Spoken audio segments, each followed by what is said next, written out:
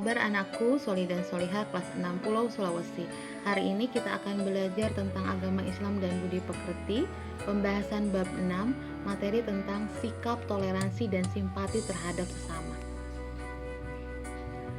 Tujuan pembelajaran untuk kali ini, Budi ini akan menjelaskan tentang yang pertama adalah meyakini bahwa sikap toleran dan simpati terhadap sesama sebagai cerminan iman. Tujuan pembelajaran yang kedua, menunjukkan sikap toleran dan simpati terhadap sesama. Yang ketiga, memahami sikap toleran terhadap sesama sebagai wujud dari pemahaman surat Al-Kafirun.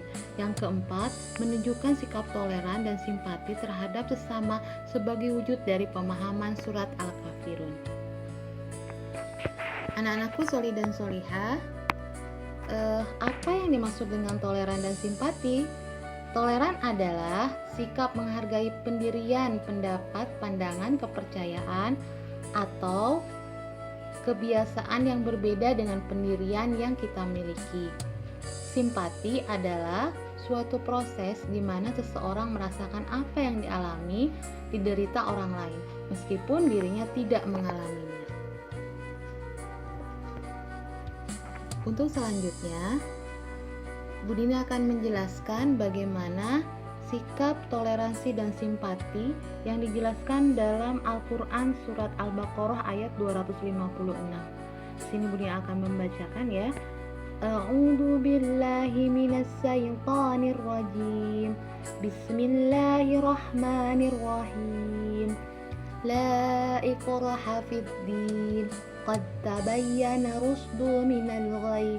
فَمَنْ يَكْفُرْ بِالطَّاغُوتِ وَيُؤْمِنْ بِاللَّهِ فَقَدِ اسْتَمْسَكَ بِالْعُرْوَةِ الْوُثْقَى لَا انفِصَامَ لَهَا وَاللَّهُ السَّمِيعٌ عَلِيمٌ.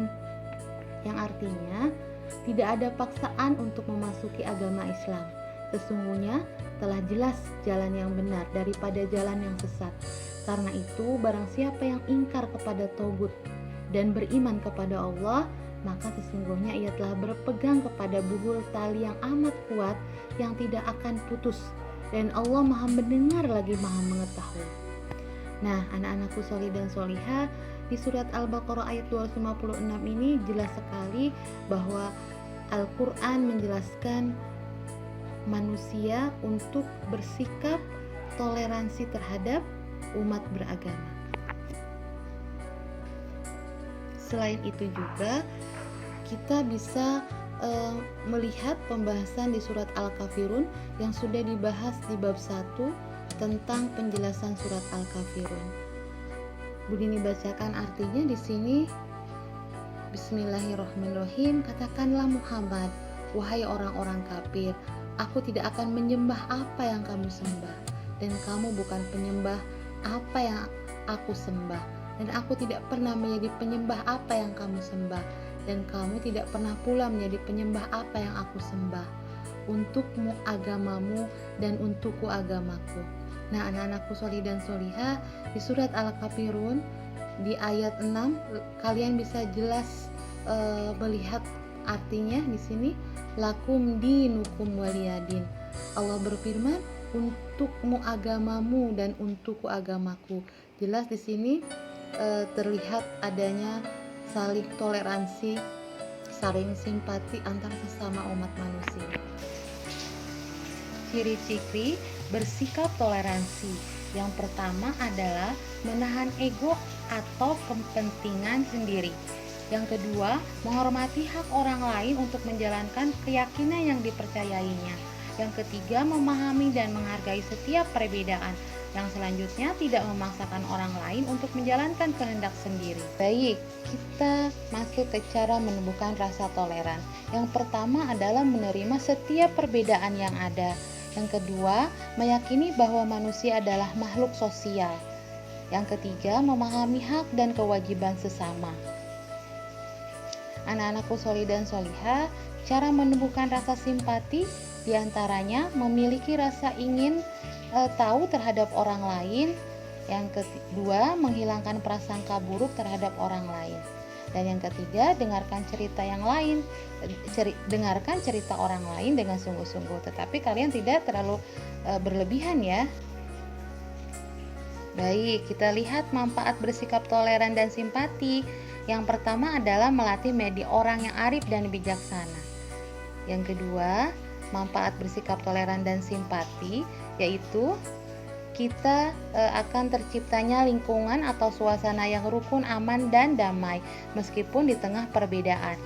Yang ketiga, menghindari pertikaian dan permusuhan.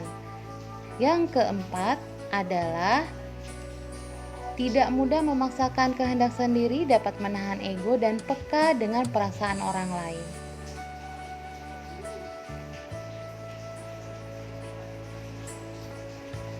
Contoh perilaku toleran dan simpati. Contohnya, ketika memiliki teman atau tetangga yang berbeda agama, maka kita harus saling menghargai, menghormati, serta tidak saling mengganggu. Yang kedua, ketika memiliki teman atau tetangga sedang membutuhkan bantuan atau terkena musibah, kita harus peduli dan berusaha membantu semampu kita. Yang ketiga, contoh perilakunya, ketika memiliki teman atau tetangga sedang menyampaikan pendapatnya, maka kita harus mendengarkannya. Alhamdulillahirrabbilalamin. Anak-anakku solih dan solihah, Udin sudah sampaikan materi kali ini tentang sikap toleransi dan simpati terhadap sesama. Semoga kalian memahaminya. Terima kasih. Wassalamualaikum warahmatullahi wabarakatuh.